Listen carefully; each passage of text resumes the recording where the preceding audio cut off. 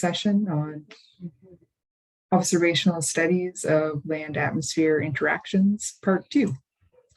So we've got a great set of speakers here today, and it's been a great Congress so far with a lot of interesting talks. So we'll continue on. So our first speaker is Sarah Knox from UBC. And I'll ask Sarah, you can start sharing your screen and get this underway. Great, thanks. All right, everyone can see my screen okay? All right.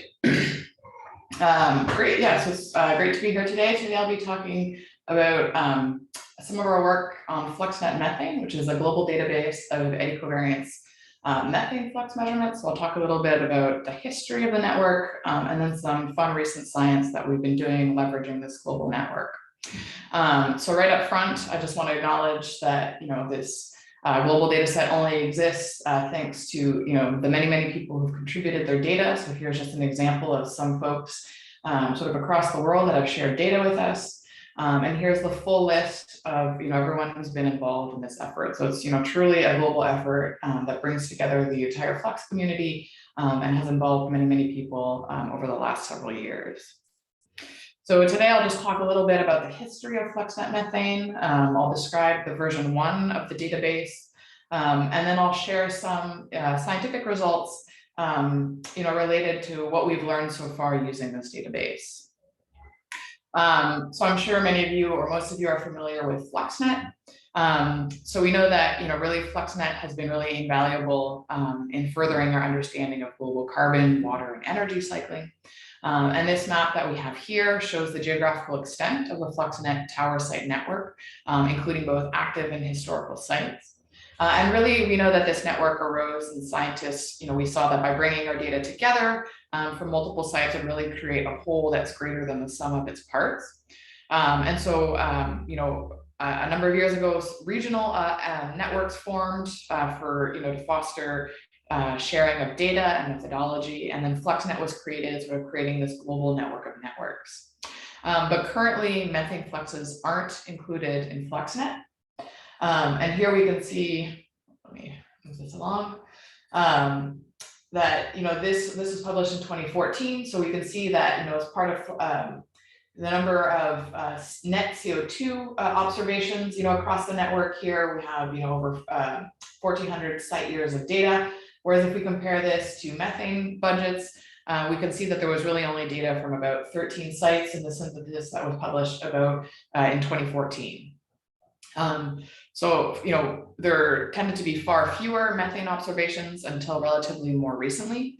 But with the development of new and robust methane sensors, and particularly those that can be operated off the grid, such as the Lycor 7700, this has really resulted in a rapidly growing number of methane eddy covariance measurements, particularly in natural and agricultural wetlands.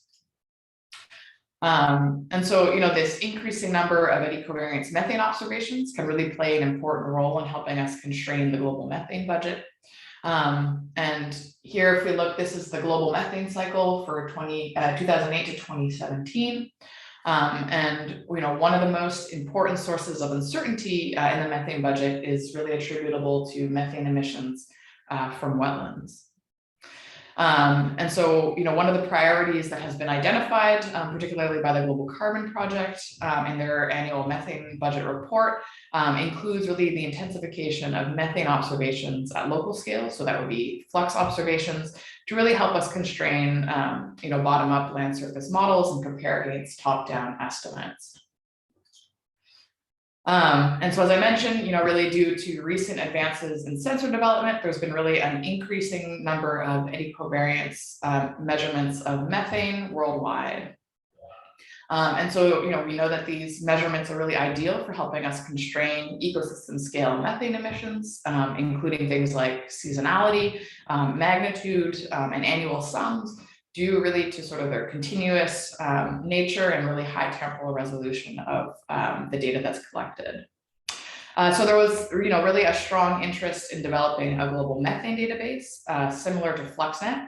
And so in 2018 or 2017, FluxNet was created as part of a larger global carbon project to help establish and better constrain the global methane budget. And it was designed to develop a methane database component in FluxNet that we could use for global synthesis activities related to the global methane cycle. And so this work was done in coordination with regional networks, FluxNet initiatives, and other relevant projects. And so we now have the version 1 of the database. So it includes 81 sites from across the world, as I mentioned, mostly from wetlands and rice paddies, since that's where sort of the majority of the measurements are collected. And again, it spans a range of ecosystem types, so not just wetlands, we also have some upland sites.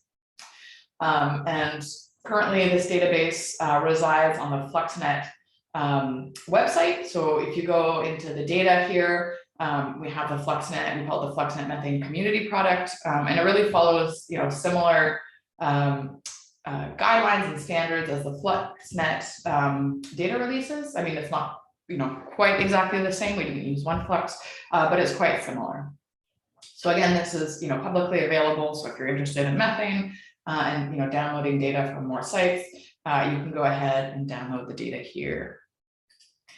And so, as I mentioned, we've taken advantage of this global data set. So through USGS Powell Center Working Group, we've leveraged this data set to help us answer regional and global questions related to methane cycling.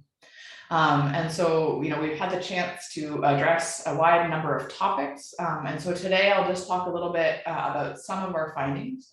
So looking at variation in methane fluxes across wetland sites and thinking about what are the key predictors of wetland methane fluxes. Some work that we've done looking at the hysteresis between methane fluxes and temperature. And then some nice work looking at upscaling the data set. So to create a global freshwater wetland methane emission product, through the years 2001 to 2018 by upscaling these flux tower observations. So this is looking at annual methane flux across all of the sites and looking at, what were some of the dominant predictors across wetland sites. And what we found was that at global scales, mean annual air temperature or soil temperature was the most important predictor of annual fluxes across different wetland sites, which differs a little bit from previous chamber-based syntheses that found much weaker relationships between soil temperature and average methane emission across sites. We also found that water table position here was positively correlated with methane emissions, but only for wetland sites here highlighted in gray that were not consistently inundated throughout the year. So if the water table didn't vary much, we didn't see sort of a significant relationship with water table depth. However, currently only about half of the sites in the data set report water table position, and really given sort of the importance of high water levels in regulating methane flux, I think it's important to try to expand these measurements to the best of our ability across our different sites. All right, and we also focused on looking at what are some of the dominant predictors of wetland methane flux. And so we were interested in understanding, how does this vary across different time scales? So, what are some of the dominant predictors, for example, at the seasonal scale, at sort of bi-weekly scales, so thinking about sort of weather systems coming through, what drives sort of this diurnal pattern in methane fluxes. So those are sort of the 3 time scales that we focused on. So this is breaking apart the variation in scale across a range of different wetland sites in the database, ranging a range of different types. So I'll focus mostly on what were some of the dominant predictors of seasonal wetland methane flux. So we used, in this case here, we used information theory to try to understand what are the key predictors of fluxes and see if there were any leads or lags in terms of these different predictors. So this is looking at what is the dominant predictor of methane flux. So here are some of the different predictors that we looked at across some of our different sites. And the darker the red, sort of the stronger the relationship is between the different variables and methane flux. And what we saw sort of consistent with what I showed in the previous slide was that, soil temperature and air temperature were sort of the dominant predictors across across many of the different sites. But in some of the sites, we found that water table was the stronger predictor, particularly, again, sort of consistent with what we saw in sort of the annual fluxes across sites, particularly in sites that had variable water table levels. So things like rice paddies or seasonal wetlands in the tropics.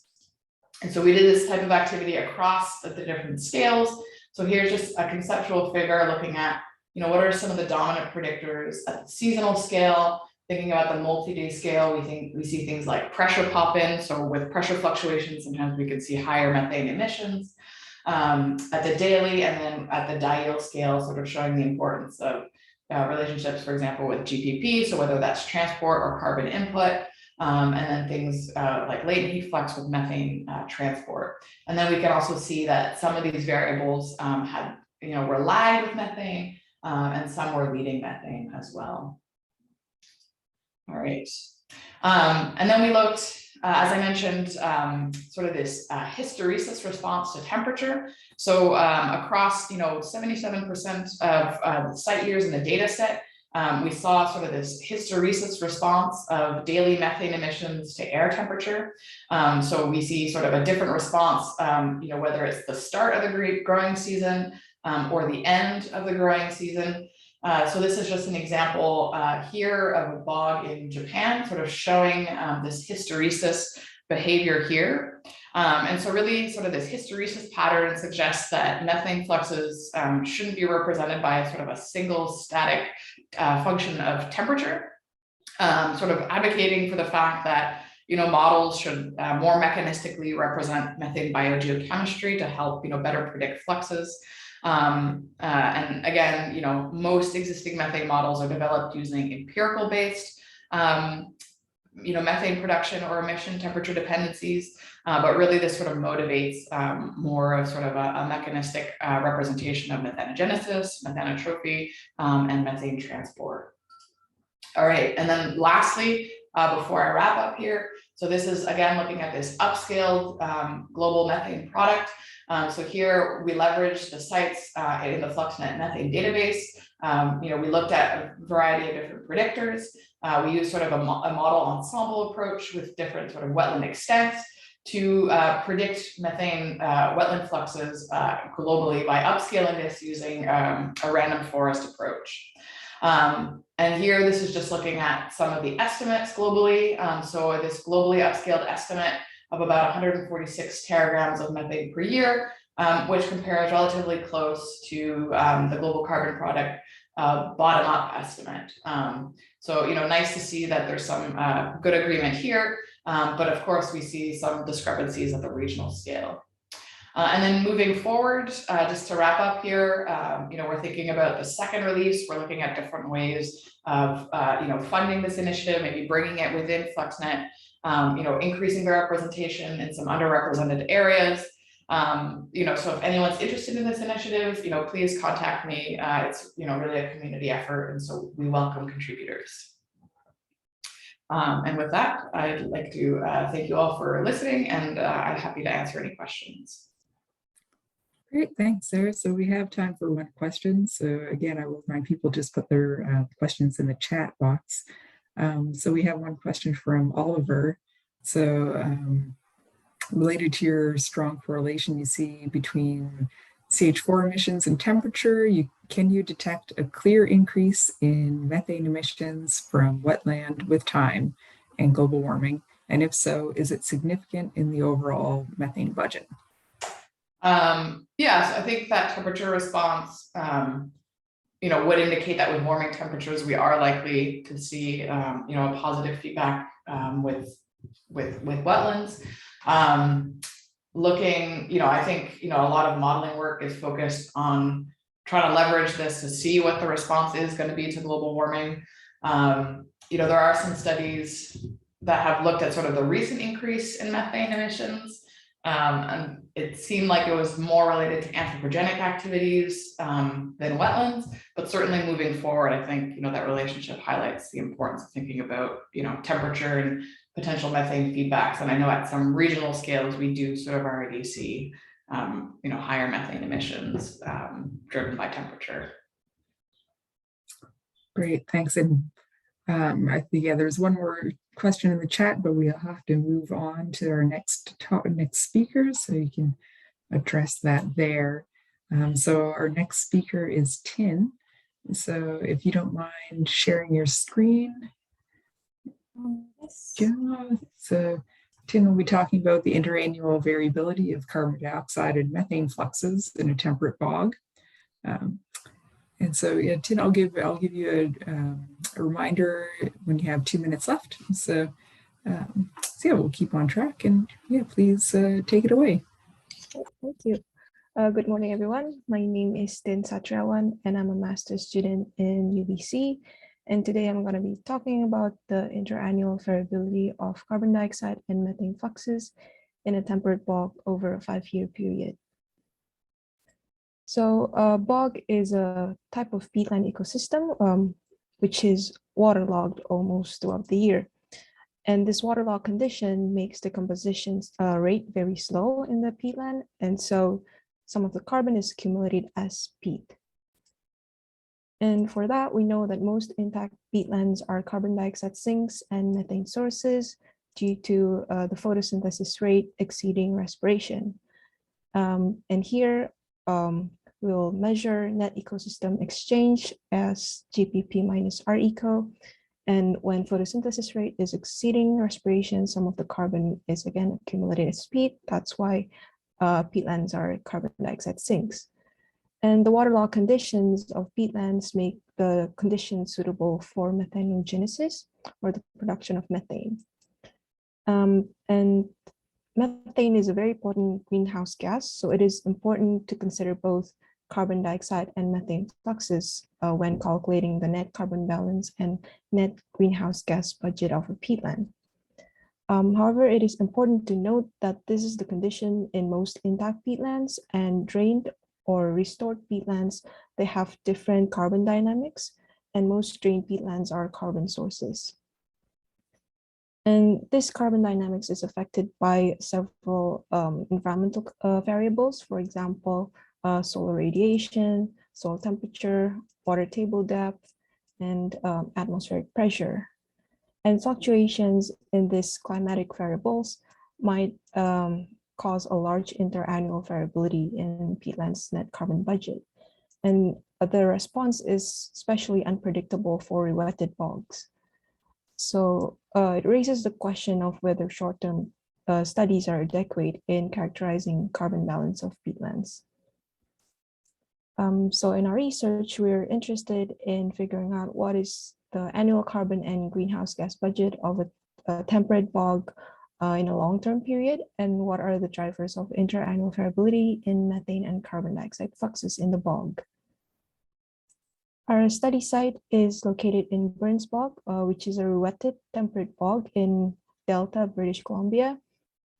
And here is an animation of the disturbances that's happening on the bog since 1980s. So you can see the bog, some parts of the bogs are converted into landfill here, and some parts are converted into agricultural areas. And however, the main disturbance here was peat harvesting that happened in 1950s. And what they did when harvesting the peat was they made ditches for draining the bogs, which is lowering the water table depth. And they also, when harvesting the peat, they'll make disturbance to the carbon dynamics in the bog. Fortunately, in 2007, the bog was rewetted. So the ditches were blocked to maintain the water table depth in the bog. And then in 2015, we had the opportunity to install a flux tower there to study carbon dioxide and methane. So the tower there measured some meteorological variables such as radiation, precipitation, soil and air temperature, and water table depth. And then it also has an EDDY covariance system that measured carbon dioxide and methane. For this research, we are observing 5 years of meteorological conditions. So from 2016 to 2021, and we divided each year cycle into non-growing season from October to March, and non-growing season from April to September. So moving on to the results, here are the year-to-year climatic variability in the bog. In the figure here, we have photosynthetically active radiation, air temperature, water table depth, and precipitation. And the black line indicates the mean daily environmental variables, and the gray bars indicate the monthly anomalies. And based on our observation, 2016 to 2017 was the coldest and the wettest year due to very low air temperature anomaly in winter 2016. And we noticed that the water table depth stayed high throughout summer, spring and summer. And then for 2020 to 2021, we observed that it was the warmest and the driest year. So it was last year when we had the heat wave. We can see that the air temperature was very high during those times. And then moving on to the annual carbon budget, here we have NEE, GPP, RECO, and methane. So positive NEE indicates that the bog is emitting net carbon dioxide, while the negative NEE means it has net uptake of carbon dioxide. And based on our observation, the first year of the measurement period, the bog was a carbon dioxide source. And it is mostly due to a high carbon dioxide loss in winter 2016. And then for the 3 years from 2017 to 2019, the bog was carbon dioxide sink. But then again, in the last year, the bog was a carbon dioxide source, mostly due to the less uptake in summer. So overall, the bog alternated between being a carbon dioxide source and a carbon dioxide sink. And it is most likely due to the anomaly in the weather conditions in these 2 years. For methane, the bog was consistently methane sources. And when we consider both methane and carbon dioxide in the net carbon budget, we noticed that the methane emission offset carbon dioxide sink, resulting in the bog being net carbon neutral, given the large variability between years. So focusing more on the carbon dioxide flux, here I present to you the influence of GPP and RECO on year-to-year NEE. FGPP here indicates the influence of GPP. So if the value is close to 0, it means that GPP influence variability in NEE more. While if the value is close to 1, it means, sorry, if the value is close to 0, it's not dominating. While if it's close to 1, it is dominating, or it's influencing the variability in NEE more. So when we look at the cumulative respiration here in the non-growing season, we notice that the cumulative values are diverging, especially due to high respiration in 2016. So we notice that the influence index of RECO is higher here in the non-growing season, meaning that respiration influence the year-to-year variations in NEE more in the non-growing season. And when we look at the growing season, we notice that GPP is diverging more, while RECO is actually getting more similar between years. And we also notice that the influence index for GPP is closer to 1 here. So the variability in GPP is influencing interannual variability in NEE more during the growing season. Well, when we look at the annual timescale, we find out that the influence of GPP and RECO is almost equal. And we also noticed that the GPP is decreasing with years. So we're interested in finding out why that's happening. So we plotted GPP against incoming PAR, or photosynthetically active radiation, and we calculated the light use efficiency. And here we noticed that the light use efficiency is decreasing with years in the bog. And this might be an indication of a vegetation composition shift from sedge dominated to moss dominated, because we know that moss has photosynthetic rate that is slower than sedges. And then we're trying to figure out what is the primary drivers of NEE. However, we notice no significant correlation between NEE and any of the environmental variables. However, we can use the ratio of GBP to RECO as some kind of proxy for this. And here, when we look at the relationship between the ratio of GBP to RECO and the number of days when water table depth was below 10 centimeters, we notice that there's less proportion of GBP to RECO during drier summer. So again, the axis here is the number of days when water table depth is below 10 centimeters. So the higher the value is, the drier the bog is. And then when we look at the relationship between GBP, the ratio of GBP to RECO and air temperature, we see less proportion of GBP to RECO during warmer summer. So we conclude that drier and warmer summer might increase NEE in the longer term. And then when looking at the greenhouse gas budget, regardless of the greenhouse gas metrics that we use, the bog consistently contributed to climate warming over the 5-year period. And this is most likely due to the emission of methane, because methane has a higher ability to trap heat in the atmosphere than carbon dioxide. So overall, take-home points that we can take here is that Burns Bog was carbon neutral over the 5 years, but it consistently contributed to climate warming. However, this research find out that the restoration effort is actually important, because even though Burns Bog was alternatively being like carbon dioxide and carbon sink, it is still important because it looks like the bog is at a transitional stage between drained peatlands and intact peatlands. So Burns Bog is right here. It is carbon neutral, while drained peatlands are mostly carbon sources, and intact peatlands are mostly carbon sinks. So that's all from me today. I want to thank you, Metro Vancouver, CFI, and NSERC for funding the project, and for the UBC Micromat Lab group who has helped with the field work. Thank you, and I'm happy to answer any questions. Thank you.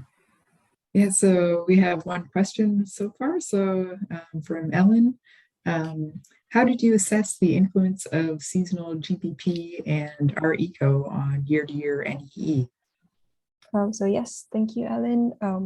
Yes, I didn't include that in the presentation, but the influence of GBP to RECO is calculated using the variance across the 5 years. So for FGBP, it is the variance of GBP divided by the variance of sum of the variance of GBP and RECO across the 5 years.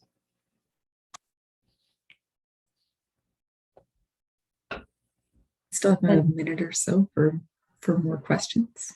Thank you.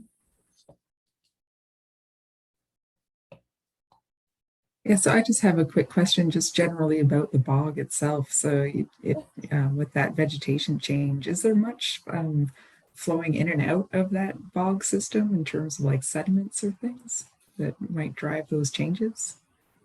We didn't really look at the sediment changes there.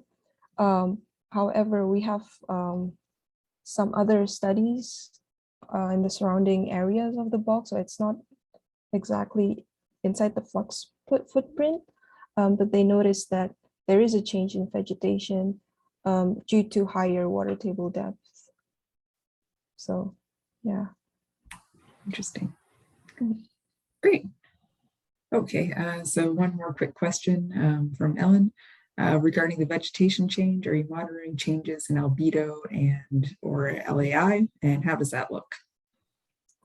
Yeah, unfortunately, we didn't have any vegetation survey or anything like that. And yes, we did also, we looked at the albedo and the NDVI, but like the data is not really that good, and we can only use Landsat for that. So it's the resolution is not very good, and we don't have that many data points. So for now, we can only speculate that there is a vegetation shift based on observations from the field workers. Great.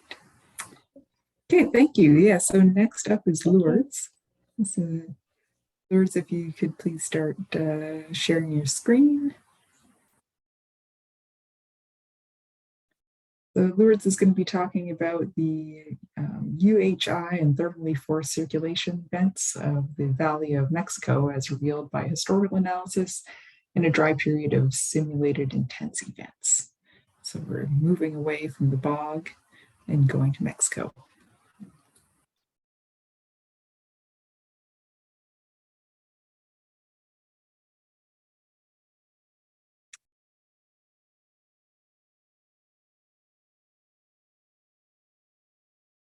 So we saw your screen for a minute there.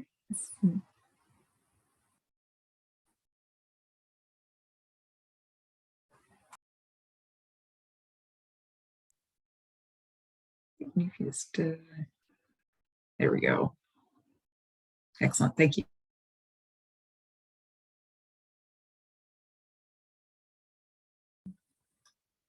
Okay, can you see the presentation? No, we can't see the presentation yet. Okay, thank you. Hi everyone, I'm Lourdes Aquino, I'm a student. I'm going to present my work, the urban hydraulic and thermally forced circulation events of the Valley of Mexico as revealed by historical analysis in a dry period of simulated intense events. The presentation is structured by background, methods, results, highlights, and future work. I'm going to start. The figure on the right shows the terrain of study area. Oh, sorry, Lourdes. Yeah, we aren't seeing your presentation. We're just seeing the PowerPoint view. So yeah, I think you need to go if you so the could be when you select the screen for your screen share. Okay.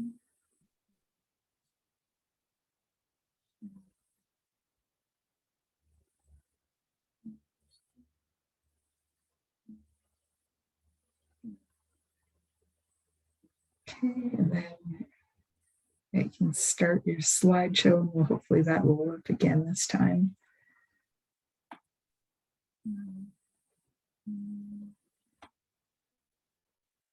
No, yeah, we aren't seeing it. So I think keep this going, and then exit the screen share, and then go back into the screen share, and it'll give you a selection of screens to choose. So choose the one that looks that shows your presentation view. That would hopefully help.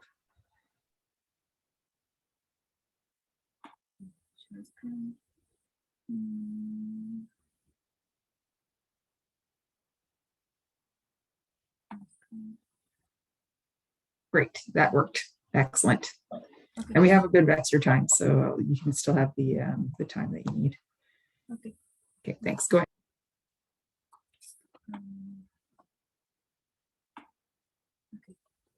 The figure on the right shows terrain of study area. The Mexico Basin important physiographic characteristics include high elevation near to 2,200 meters above mean sea level, and the geographic confinement on its west-south side by an almost continuous mountain chain, with tops reaching about 3 kilometers above ground level. On its southeast corner, a mountain pass extends southward along the eastern mountains, Popocatépetl and Iztaccíhuatl, and connects it with a deep southern valley 1 kilometer below. As you can see on the plot of the left side, the orographic characteristics of the valley allow the development of upslope, downslope wind system and a low level jet to the south of the valley. Okay. The Mexico Basin is home to one of the largest megacities with more than 22 million inhabitants. The consequent urban growth has promoted an extraordinary change in land cover in the basin, especially on the Piedmont and slope of mountains, generating changes in atmospheric thermodynamics, moisture, planetary boundary layer structure, and surface energy budget fields. Urbanization also significantly impacts local circulation in the Mexico Basin, particularly wind field circulations, such as gap winds, convergent lines, and thermally induced upslope, downslope wind. The objective of this work is characterize the urban highland intensity with observation and assess the response of local circulation to urbanization by comparing an urban experiment with current land use land cover properties and dynamics to a non-urban experiment without the presence of human disturbance. About data. On the surface, we use meteorological and air quality data from different stations distributed across the valley. Concerning upper levels, data is available from a radar wind profile, LiDAR, and radio sounding observations. About work experiments. In this study, we use version 4.0 of the Weather Research and Forecasting Model to perform simulations over the Mexico Basin. The one-way nested grid configurations consist of 3 domains, see figure at the bottom of the panel, using grid spacing of 18 kilometers in the external domain, D01, 6 kilometers in the second domain, D02, and 2 kilometers in the innermost domain, D03. Only innermost domain is considered for analysis. To explore the urban effect on local circulation and urban highland development, we propose 2 numerical experiments. The first is the urban scenario equal to control. Can you see the figure and upper right top, upper top, no, upper at the right. And the second is the natural experiment equal to control, but with its urban and below land use land cover category replaced by the dominant dryland, cropland, and pasture category from USGS classification that represent no urban conditions. Now about events. To determine strong inversion conditions, Wyman's 2000 criterion is followed, in which the Taiga gradient is greater than 9.8 Kelvin kilometer at -1. For example, the figure on the right side shows vertical profiles of potential temperature for the radio sounding for different days. And the next panel shows gradient. Notice that on the day when we had strong inversions, check red dots at about 800 meters. After that, strong inversions are objectively identified, characterized under conditions of weak synoptic forcing, large atmospheric stability, high ozone indices, and meteorological criteria. Now I'm going to present results about strong inversions. We use data from the local afternoon radio sounding to obtain the events with strong inversions. The plot on the left shows the trend or the tendency in the intensity of strong inversions from 1973 to 2021. The intensities of the events appear to be increasing. On the right is the frequency distribution of strong inversion base as a function of height. The maximum frequency is approximately 3.5 kilometers above ground level over in the valley. Those strong inversions limits the synoptic flow superimposed that prevails in the upper troposphere with the top of the structure in height of the PBL. Now I'm going to show you the map where we define areas where we get urban highland intensity. We consider 4 sectors. The urban is in the core of Mexico City, and the east, south, and north are regions in the suburban part. We not consider a sector in the west as region because we have maybe we can find problems about the altitude. About results. The plot on the left side shows the relation between the intensity of the urban highland before blue dots and during and detected anticyclonic conditions, red dots, for the months of February 2005 to 2021.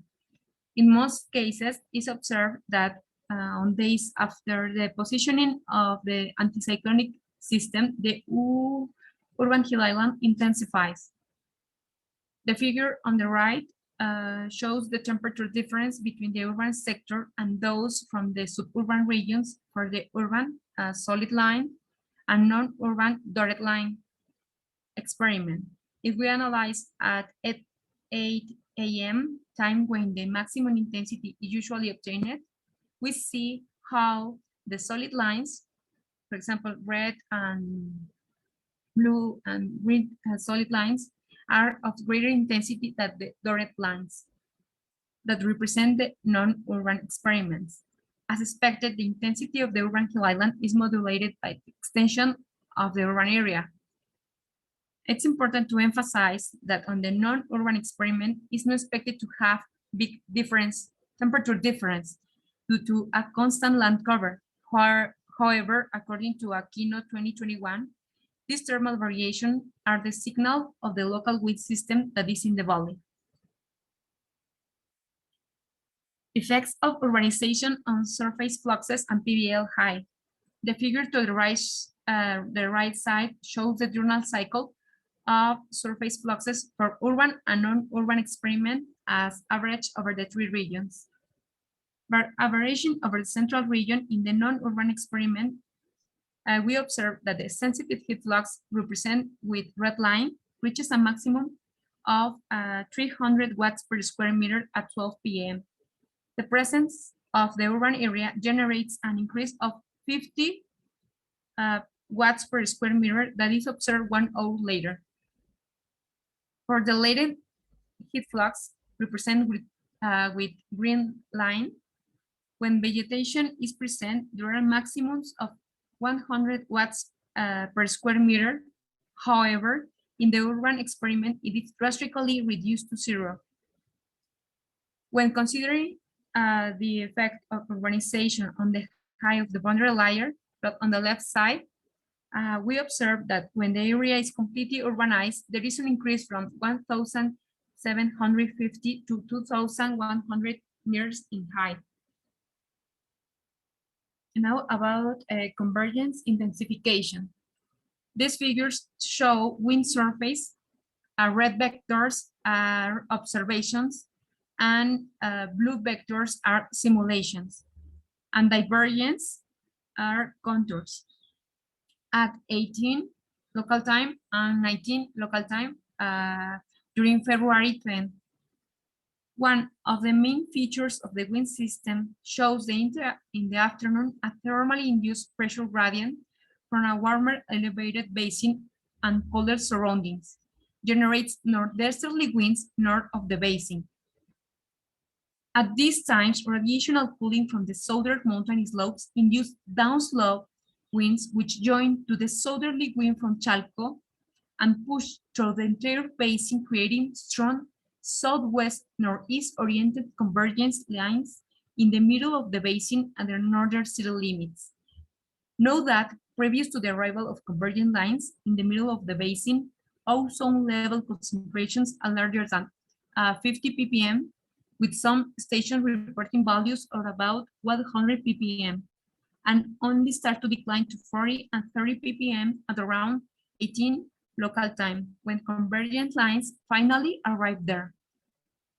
The observed dilution of ozone concentrations is associated not only to turbulent mixing, but also to vertical transport induced by a resultant convergence. As a highlight, urban hill island events are becoming more intense in the context of the diurnal cycle. It concludes that the growth of the very organized and deeper PBL heights registered in recent years is due to a thermodynamic environment that favors greater availability of sensible heat flux at the surface in the Mexico basin. The latter is linked to the growth of urban build of the past decade.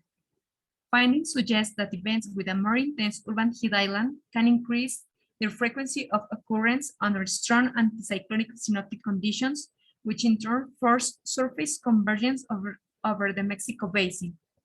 Higher urban PBL heights, also supporting the dilution of pollutants, put human health at risk because of a well-known relation between higher surface temperatures and increased mortality rates. And finally, as future work, we propose classification of urban hill island circulation intensity patterns with water types, for example, cell-organized maps to identify potential links with persistent synoptic circulations. Evaluate experiments with future urban growth projection, for example, SLED model in the Mexico Basin to analyze the possible change in local circulations due to urban canopy and anthropogenic heat fluxes. These are the acknowledgments and fundings, and thank you for your attention.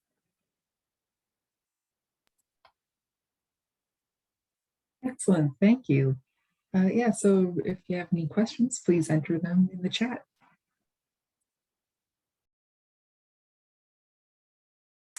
Okay, so we have one from Ellen. So how concerned are city officials about UHI in this region?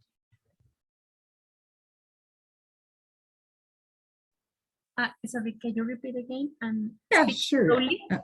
Yeah, so yeah, how concerned are city officials about UHI in this region?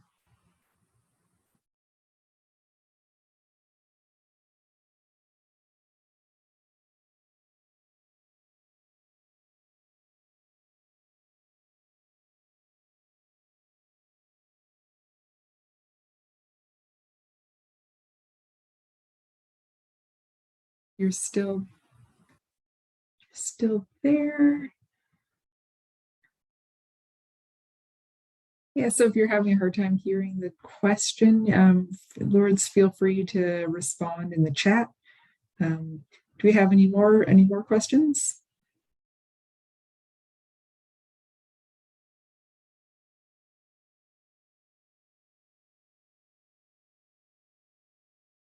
So yeah, thank you for that presentation. So we do have we do have one more question. So I can't quite see if,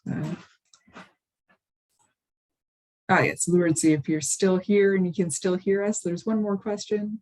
Have you had a chance to look at the impact of increased UHI on local precipitation?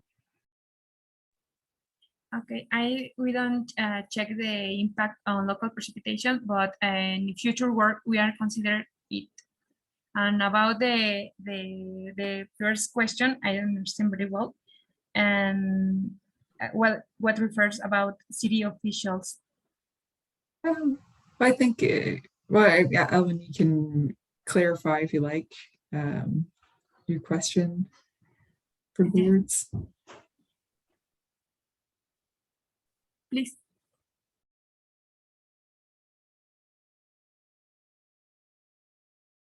Yes, I think is the government concerned, or are they aware of UHI in your region?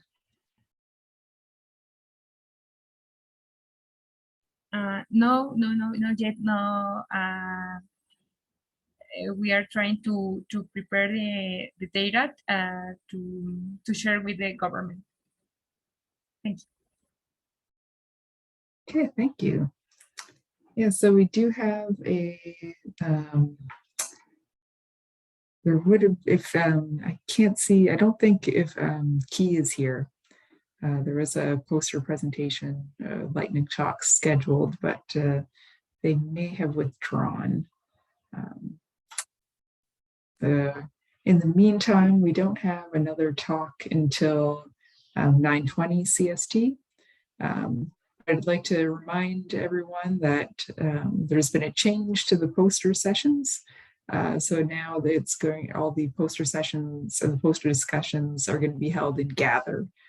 So when you go to the CMOS or to the Congress website, there will be a notification that comes up, and that will direct you to the right spot to go to the poster discussion, which I believe is at 11:45 today. So to keep things in line with the schedule, we'll have a quick 5-minute break.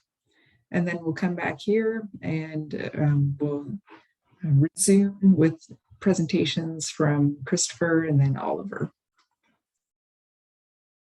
And then also in the meantime, feel free to discuss the presentations that we've already listened to.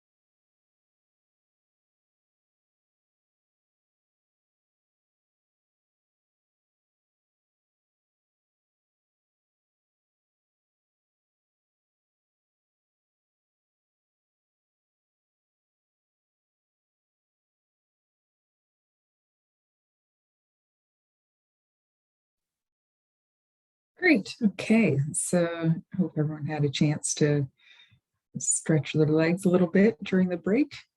So our next speaker is Christopher Spence, talking about the relevance of energy partitioning and vegetation water use to Taiga Shield water budgets in a warming climate. So Chris, yeah, you can take it away. I'll give you a marker at 2 minutes when you have 2 minutes left.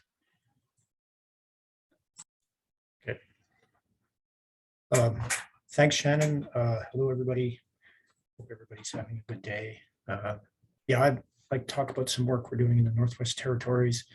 I'm really just a cog in a machine here. There's a team of people working on this project from a couple different universities and the government of Northwest Territories. So I just want to recognize everybody's contribution in all this. I'll get right into this. Just talk about the Taiga Shield a little bit. There's a picture of it there with some labels for the different landscape types that tend to occur there. It's a large region. It occupies about 60% of Canada's subarctic and about a third of northern Canada. So how energy and water budgets respond to warming in this landscape will probably have a lot of implications for a large part of the country and possibly beyond, even beyond the borders of the Taiga Shield. However, I think as evidenced by some of the talks we've seen over the last few days, we're really only starting to understand how boreal vegetation species cycle water, how they suck up water and transpire it. We don't have I don't think we have a great understanding of how specific landscape characteristics and especially superficial geology kind of dictate long-term vegetation response to warming. A lot of what we know maybe comes out of the boreal plains or parts of Europe or Alaska, rather than this kind of landscape, which is really dominated by exposed bedrock. And while there's been a lot of great work looking at stands or singular landscape units, upscaling that to the catchment scale has really only begun. So those are the kind of the three knowledge gaps that we were trying to address with this study. We do our work at a place called Baker Creek. It's a research catchment, the south end of the watershed, which is about 155 square kilometers. About 5. This is Yellowknife's Denny land, the Kitcho territory, and Part Treaty 11. You can sort of tell from the land cover in the middle that there's a lot of water and a lot of bedrock. They dominate the land cover types. We're actually going to talk more about the vegetated areas today. Some of the conifers and the sparse and densely covered wetlands and conifer stands today. So, what am I doing? Sorry. Anyway, so some of the methods we used, and these are sort of the classic ones that are being used now today in sort of biometeorology. We have a couple of eddy covariance towers over a sparse and a densely vegetated conifer stand, sampled trees, soil, and water and precipitation for the stable isotopes of water, and put dendrometers on several species, jack pine, tamarack, black spruce. Sorry, I should back up. The isotope analysis, we did sample sort of over and understory species, which was kind of interesting. And our study period covered 2 years, 2018, which was wetter, and 2019, which was drier. And you'll see that in some of the results. So if you sort of think about the title of the talk and our energy partitioning, this is just how the fraction of latent heat flux to net radiation was generally higher. The dense stands experienced higher latent heat fluxes relative to net radiation than in the sparsely covered stands, and that was pretty typical in both 2018 and 2019. When we look at the dendrometers, I think this stuff is actually really cool. So the orange and the green traces are the dendrometer or the stem diameters, and you can see how the trees swell as they take water up and come down. And I guess some of the take-home messages I'd like to show from this is some of the behavior that we're seeing. And I think Erin Nichols the other day talked about some of her work in Wolf Creek, and she described some of the species, which are the same ones that we have here, as opportunistic water users. And I think this is shown here is that when it rains, the trees start sucking water, and that interstorm period, interstorm period, you can sort of see how the trees sort of start to dry out, and this is also reflected in some of the surface resistance, the surface resistance results that we have. And this is derived from, I'm sort of back calculating that out of the eddy covariance fluxes, derived fluxes using like Penman-Monteith. But so as the trees sort of desiccate a little bit, you can see the canopy resistance increase. And then when it rains, that shoots back down again. So, and we see this similar behavior. We see this behavior also in the other species, jack pine and tamarack. So we think this is kind of a ubiquitous behavior among those three dominant tree species that we have. And so if you think about that surface resistance and what that means between the two stands, the sparse and dense canopies, this is an important take-home message actually from the talk, is that the sparse stands have higher surface resistances than the dense stands. And between the 2 years, 2018, which was wetter, and 2019, which was drier, there was more variation in the surface resistance. So it's kind of hard to glean from this figure in the sparse stands. So the dense stands just tend to be, I guess, more stable, that's the right word, between the wet and dry conditions. When we look at the isotopes, and I apologize a bit for the scale on here, but it makes sense when I show the next slide. The deuterium, or sorry, the oxygen 18 that we measure at the different depths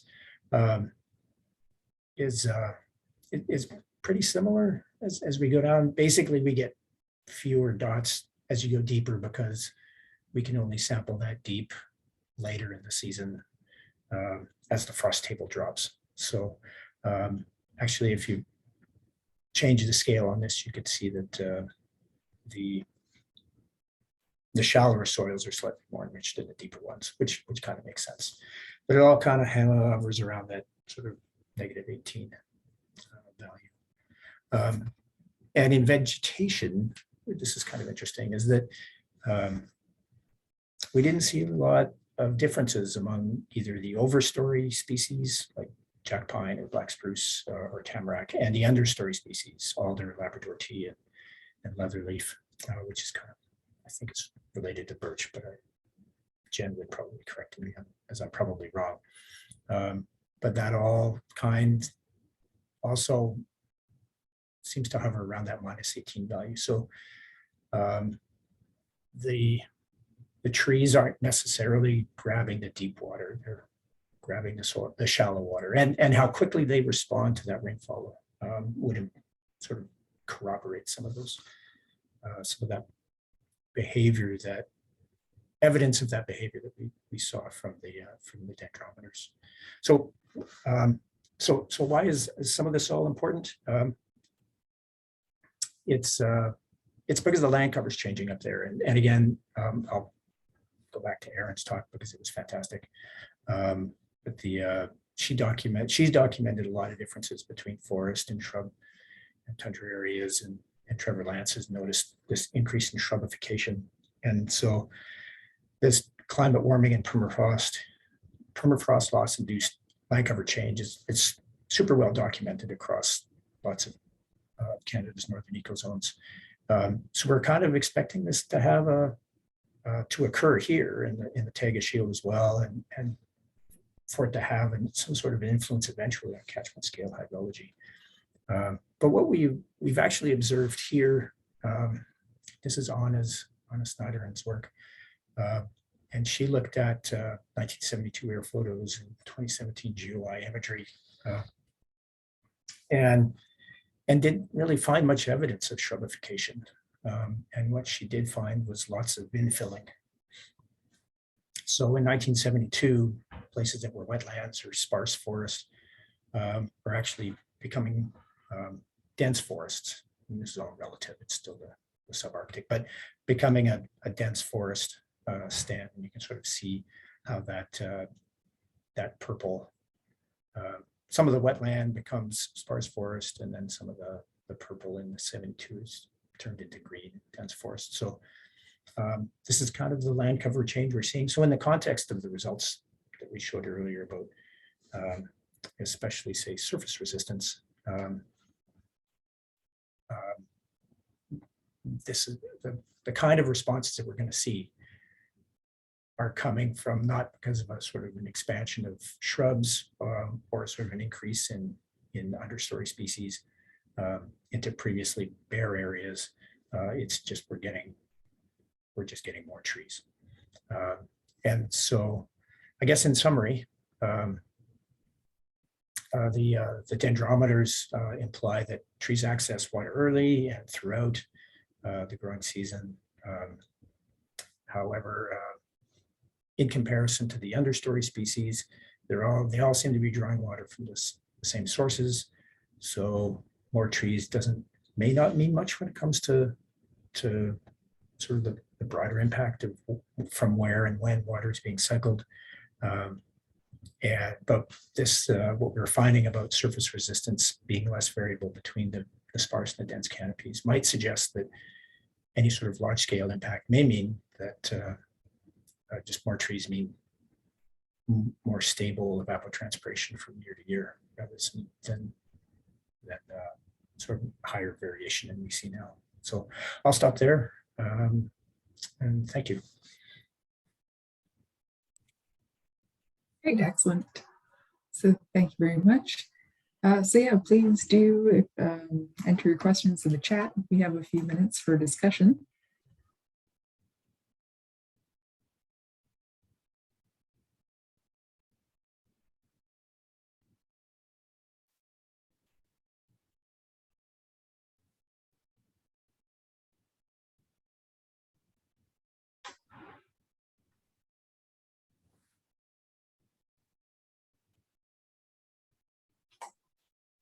I have a question.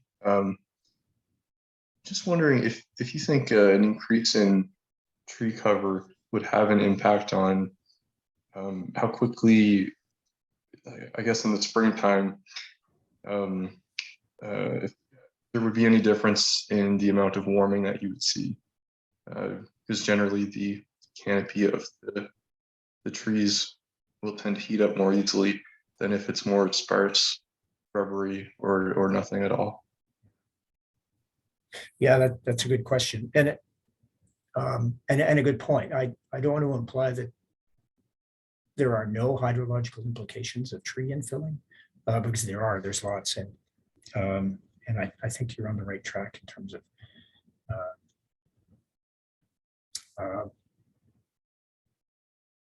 that the quicker warming after the loss of the snowpack is certainly would probably be one of them, but we haven't. Yeah, I have to admit we haven't looked at that particular thing.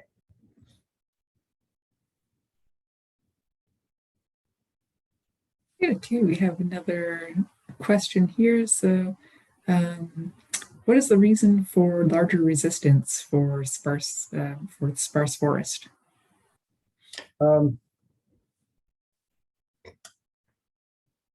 Large resistance. That's a great question, and I really should have thought more about that.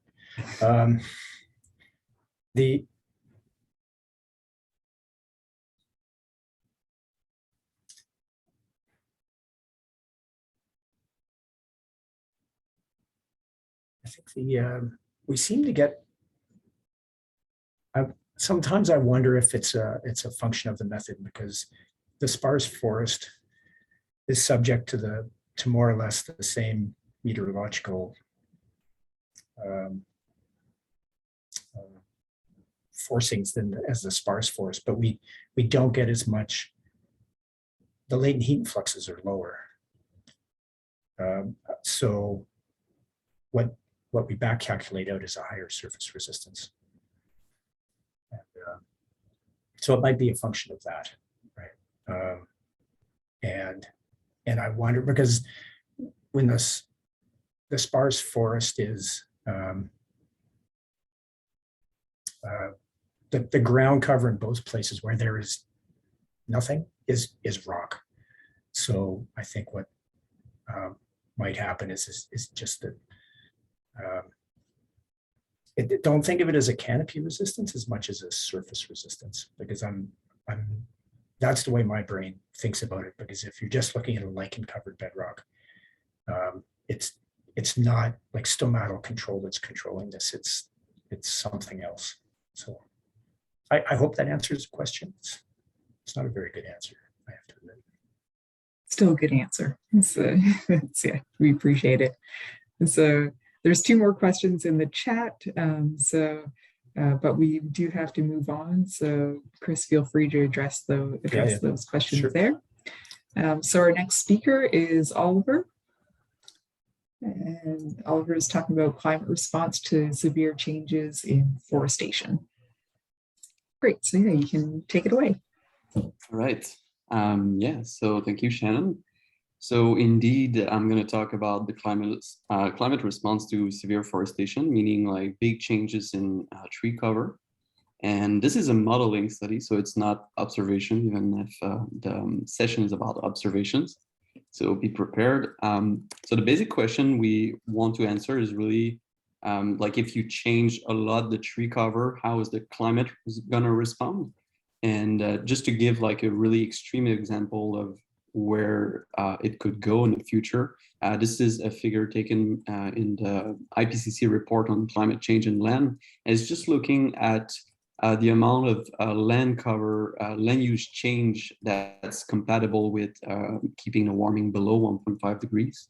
And this is in the case of SSP1, so it's really the kind of the smoother scenario. And you still see that the change in forest cover and bioenergy cropland is on the order of 5 million kilometers square. So that's half the size of Canada. So that's a pretty large area. And of course, like such changes, I hope we find a better solution, but such change would have like very significant impacts. And we've talked a lot during this session and other sessions about the various impacts of land use change. Here I'm going to talk really not about the greenhouse gases per se, like not about CO2 or methane, but I'm going to talk more about the biophysical effects, stuff that Chris was talking more about. So the change in albedo, the change in roughness, and also I'm going to look at the exchange in water and heat between the surface and the atmosphere. And the approach is really to simulate extreme land use change using an ensemble of regional climate models. And so the idea is to have this idealized experiment, which we called forest grass, which is heavily inspired from a European version of the same experiment called LUCAS, which stands for Land Use and Climate Across Scales. The idea goes as follows. So we have two very extreme land cover that we compare. So first one is forest, and it's really the maximum afforestation scenario. So all the vegetation is replaced by trees. And in the grass scenario, all the trees are removed and replaced by grassland. So it's the two most extreme scenarios we could think of. And the question is, how different are the climates compatible with those land cover?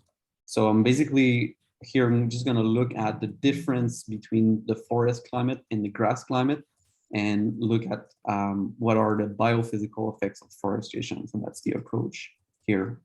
And we did that, colleagues and I did simulations with many the different climate models, but I'm just going to look at the simulation that we did with the Canadian regional climate model because we have just like 12 minutes. So let's look at the winter response. So the December, January, February. So here, all I'm showing is the difference between forest and grass in terms of a few variables. So on the left, you have temperature, surface temperature, 2-meter temperature. And the first thing you see is that in terms of the biophysical effects like albedo, roughness, and so evaporation, and so forth, in the winter, trees actually warm significantly the climate. and it's both in Europe and North America. And but it's a little actually significantly stronger in America, and we're going to see why that is very soon. The reason for this warming, the first kind of proximate cause, is here. So it's the fact that there's much more shortwave radiation hitting the surface when there are trees. And the reason why that is the case is because of albedo changes, mostly. So first, forests are much darker than grasslands, at least in class, the model that we are using here. And on top of that, there's the effect of snow. So if you think of like a coniferous forest that's pretty dark, it's going to be able to mask some of the snow that's on the ground. So it's going to be much darker than, say, a grassland that could be fully buried in snow. So that creates a large difference in albedo. And so there's much more sun that's absorbed in the forested versions of the world, of our imaginary worlds. Okay, so what happens then is that you get more shortwave and thus more temperature increase. And an interesting fact here is that this warming vanishes with latitude. That's because there's way less insolation, there's less sunlight hitting the higher latitude, so the effect is weaker. And it also explains why the warming is much stronger actually in America. So if you look here, the temperature difference is more on the order of 4 or 5 degrees, whereas in Europe it's more 1 or 2 degrees. And this has to do with the fact that, interestingly, because the climate in America is colder than Europe for the same latitude on average, there's much more needle leaf. The needle leaf forests occupy lower latitudes in America than they do in Europe. And so if you compare, like in Europe, you have dense needle leaf forests only about north of like 60 degrees. Whereas in America, like if you look at, even southern Quebec and Ontario have dense needle leaf forests. So that's about like 45, 50 degrees. So at much lower latitudes, you have full dense needle leaf forest, at least in that forest grass scenario. And so you have much more absorption of shortwave, even if the change in albedo is the same. So that's kind of one of the main points. If you plant trees, if you plant like needle leaf trees where they grow naturally, you're going to have much more biophysical warming in America than in Europe. So that's kind of one big result that we found. And then for the summer, the response is pretty different. So again, like on the left, you have temperature change. And this time it's not a widespread warming. It's kind of a dipole with warming at high latitudes and kind of a mild cooling at lower latitudes. For the shortwave also plays a role. So there's more sunlight excess in the north and south where you have needle leaf forests. But in the middle, you have kind of an increase in cloud cover. So it kind of diminishes the effect of albedo. But really the most important effect that we found is related to what Chris was talking about, so the latent heat release. So what we find is that the broadleaf forest, so here you have this distribution of broadleaf forests, is co-located with a strong increase in the what we call the evaporative fraction, which is just the ratio of latent heat to total turbulent fluxes. So that means that around broadleaf forests, there is the surface can get rid of more energy through latent heat release than in other ways. So that has a cooling effect. So the way to think about it is that broadleaf trees, at least in this model, are more apt to transpire, to do evapotranspiration or intercept rain and then re-evaporate than grasses. And that has a cooling effect on those regions. The problem, however, is that this is really not a robust result. So like if you look across the models of the ensemble, the response is all over the place. So these are a model results from David and also the kind of European version of this experiment. And you see that just you have widespread cooling, widespread warming, everything in between. And this is because the partition between latent heat and sensible heat is really all over the place for those models. So it's not a robust feature. And this is the case for as long as we've been trying to nail that down. There's always been like this very important divergence. So as a conclusion, we saw that there are strong similarities between the two, North America and Europe, in terms of their response to forestation. And we saw that in the winter and spring, which I haven't shown, but in both winter and spring, there's a really strong widespread warming due to trees. And this is because there's snow masking at high latitudes. And in the summer, we get mixed response, and the response are not really robust across models. So it's very difficult to say something clearly about those cases. And then the other interesting finding is that needle leaf afforestation would cause stronger biophysical warming in North America than in Europe if we plant those trees where they grow naturally. And this is just because America has a colder climate, and so the equilibrium vegetation occupy lower latitudes in North America. So at the latitudes where you have needle leaf, you actually have more sun impinging the surface, and so the albedo effect is much stronger. The change in the albedo has much more effect on the temperature. So that's kind of I think the more interesting result that we got. So I think I'll just, oh yeah, and also I want to say that this is all in a new paper that we submitted a month ago, and it's currently online, and you can join the discussion if you have comments and questions. So I encourage you to scan the QR code if you're that kind of person, and just join the discussion online. So I guess I'll be stopping now and happy to take questions. Great, thank you. Yeah, so we have one question so far. So Oliver, does this mean we should not be planting 1 billion trees? It's a very interesting question. I don't want to. This is a modeling study, so it only captures the biophysical effects, and so we need to include also, of course, the CO2, right? Because when you plant trees, like in principle, you absorb CO2. So the question is, does the benefit from carbon sequestration, is that benefit more important than the offset from biophysical warming? And so that's a very interesting question. That modeling experiment by itself cannot answer that.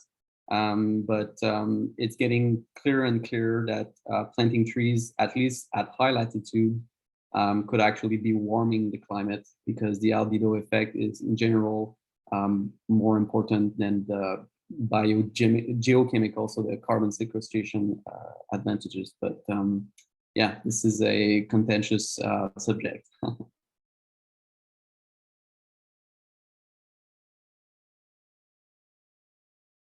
Unmute, there we go. Sorry about that. Yeah, so we have another question. So for the negative correlation between T and LH, is T the surface temperature or the air temperature? So here what I showed is the near surface temperature. So it's a 2-meter temperature, and it's actually an interpolation between the surface temperature and the air aloft, the temperature of the air aloft. So I haven't looked specifically at surface temperature, the difference in surface temperature and air temperature, but they typically go side by side. So I don't think there's a difference in the correlation, but it's definitely a good catch. And I haven't quantified this, but typically like T of the surface and T at 2 meters are very close to each other. But it's a very good question.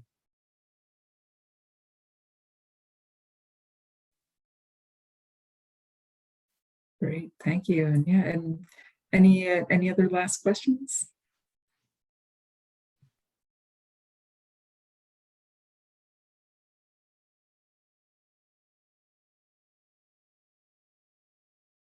Okay, so yeah, big thank you to our speakers today. This was a great session. And I want to send thanks as well to the organizers of this conference. So yeah, thank you to the CMOS organizers. This is part of the Canadian Society of Forest and Agricultural Meteorology sessions. So we have two more. There are 2 sessions tomorrow. And then also we do have our separate society meeting today at 12:10. And I think someone was going to post that in the chat, but you can also check out, yeah, there's our link to our meeting if anyone is interested. And so thanks again, and yeah, enjoy the rest of the meeting.